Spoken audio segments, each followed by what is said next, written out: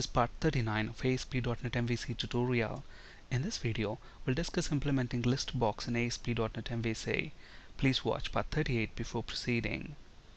We'll be using this table TBL city for this demo. For every city that we have got in this table, we want to generate a list item within the list box. If the user selects multiple cities and then once he clicks on the submit button, we want to display a message showing the IDs of the selected cities. On the other hand, if the user didn't select any city and then once he clicks on the submit button, we want to display a message stating you did not select any city. Let's see how to achieve this. Let's flip to Visual Studio. Now, if you remember from the previous session, for this table TBL city, we have generated an entity, and that entity is present in this sample data model, which is nothing but the ADO.NET entity data model. And notice the name of the entity here, it's city instead of TBL city. If you want to know how to implement this entity, please watch part 38. In this demo, we'll be making use of view models. What is a view model? As the name suggests, a view model is specific to the view. Basically, view models are used to shuttle data between a view and a controller. That's basically to move data from a view to a controller and from a controller to a view. Let's add a view model class to our project. So let's right click on the models folder, add a class file, and let's call this cities view model. And this class is going to contain two properties. So public IEnumerable of select list item, and this class is present in a different namespace, system.web.mvc.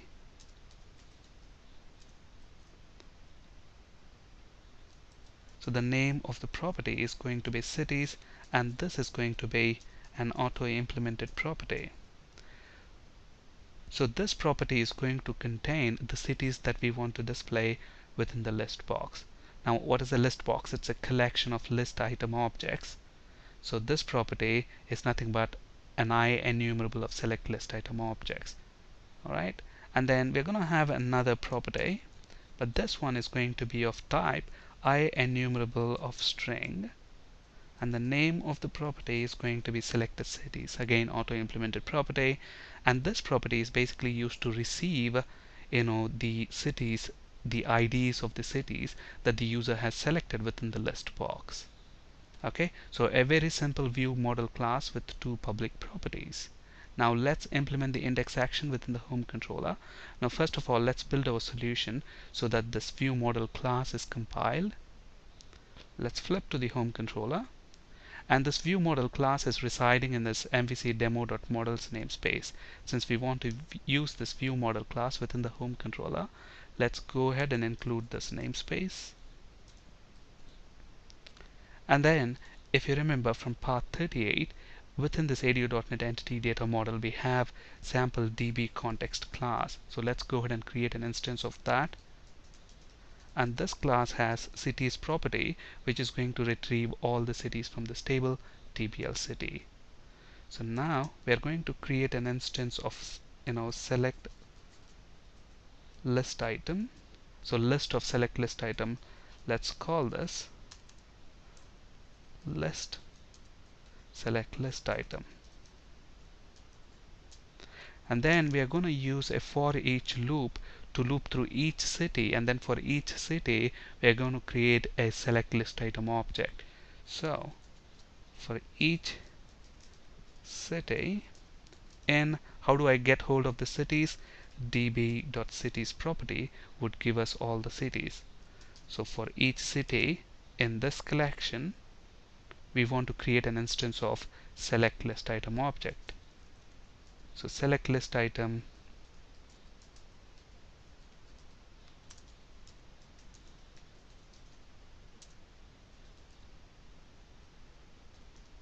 and then this class has got three properties.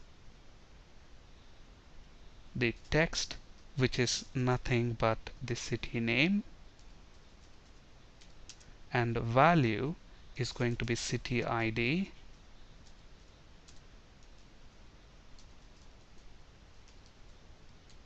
and finally whether if that select item should be selected or not within that list box. So there is selected property again, which is of type boolean, and then to initialize, we'll initialize that with is selected boolean property of the city object. And then once we have the select list item object, add it to this list.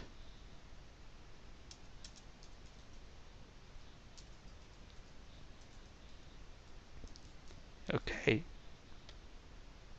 so by this point for every city we have generated a select list item object and added it to this collection. So now let's go ahead and create an instance of our view model class.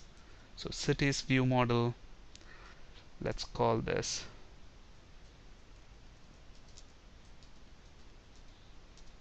cities view model is equal to new cities view model, and then we are going to initialize this cities property. And if you remember how, what is the type of the cities property? IEnumerable of select list item objects, and we have here a list of select list item objects, so we are going to set that as the value for the cities property, and then hand this object to the view.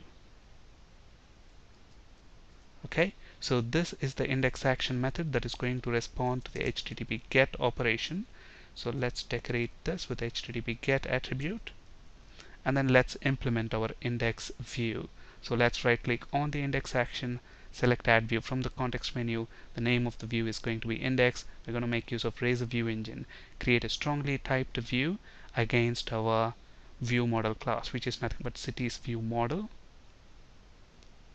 And let's select empty as the scaffold template because we are going to write the HTML that's required, and then click add. So this should generate the index view within the home folder. Alright, so we want to generate a ListBox control, and to generate a ListBox control we're going to make use of ListBox for HTML helper. But before that, let's actually set the font family to Arial, and to do that I'm going to make use of div tag and set the style attribute.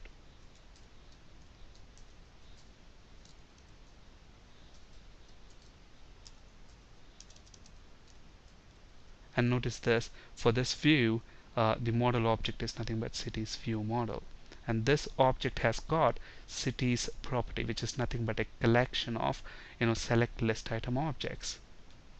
Okay, so we first need a form tag. So, and to generate the form tag we're going to make use of begin form HTML helper, and then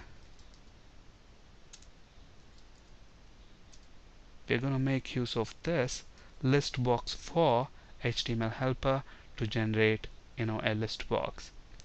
And then the first parameter for this helper is going to be a link expression x such that x dot, and if you remember, this model object has got the selected cities property, so that is going to be our first parameter. And the second parameter, notice that IEnumerable of select list item objects.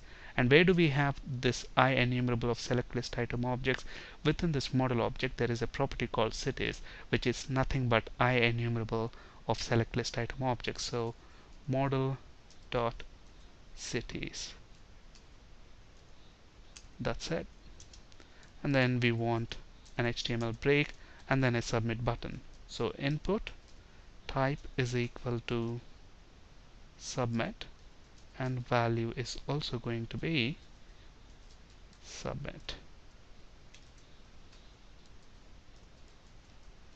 Okay, and then let's implement, once we click the submit button, we want to handle the post back. And to do that, within the home controller, let's have index action method that is going to respond to that post operation.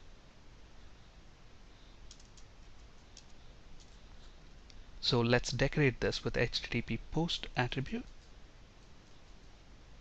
and then this method, once we post the form back, this is going to receive IEnumerable of string, and this is going to receive selected cities.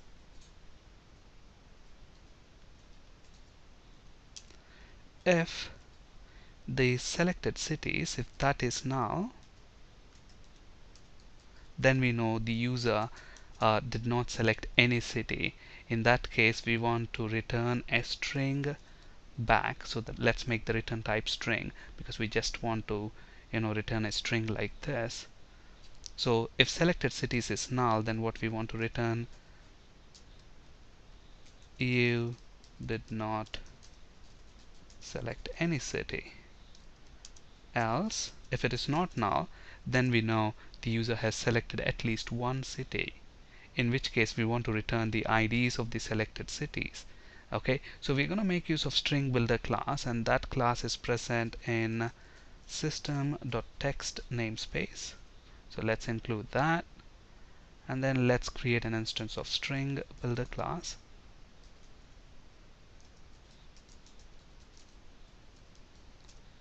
And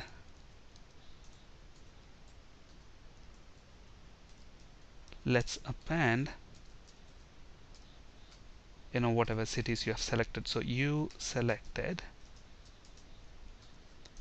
and then look at this. The selected cities, it's nothing but it's an I enumerable of string, meaning a collection of strings. And then if you look at the message we want, you selected, and then a comma separated list, which is nothing but the IDs of the selected cities. So this property is going to receive the IDs of the selected cities. All we need to do right now is to append a comma for each city ID within this collection. And to do that, the string class has got a function called join. So we want to join, what is the separator that we want within the string? Comma. So the separator here, so if you look at this join function, the separator is going to be the comma, and then we pass our collection, the city ID values as the second parameter. So for each city, it's going to separate. For each city ID, it's going to append a comma. That's it. And finally, we return the string builder after converting it to the string. That's it. With all these changes, let's actually run this and see if it works as expected. So when the form renders, for every city, it has to basically render a list item. So notice that we have London, New York City, Mumbai, all the cities there basically. So let's select London and Sydney, submit, and notice that you selected 1 and 3. On the other hand, if we don't select any city, submit, look at the message, you did not select any city. Now look at the list box. At the moment 1, 2, 3, and 4 list items are displayed within the list box. And then we have a scroll bar here. Now let's say I want all the 6 items to be displayed within the list box, and I don't want the scroll bar. How can you set how many items you want to be displayed within the list box? You can pass that as an HTML attribute. So let's stop debugging, and then if you notice this list box for HTML helper, there is this third parameter, which is nothing but the HTML attributes. So I can pass the HTML attributes as anonymous type, and the attribute that we are looking for here is size. So I'm setting the size to 6. So with this change, let's actually run this. And look at that, there's no scroll bar now, and all the list items within that list box are visible. Now if you want to select multiple items within the list box, hold down the control key. Submit, look at that, the IDs of the 3 selected cities. On this slide, you can find resources for ASP.NET, C#, and SQL Server interview questions. That's it for today. Thank you for listening. Have a great day.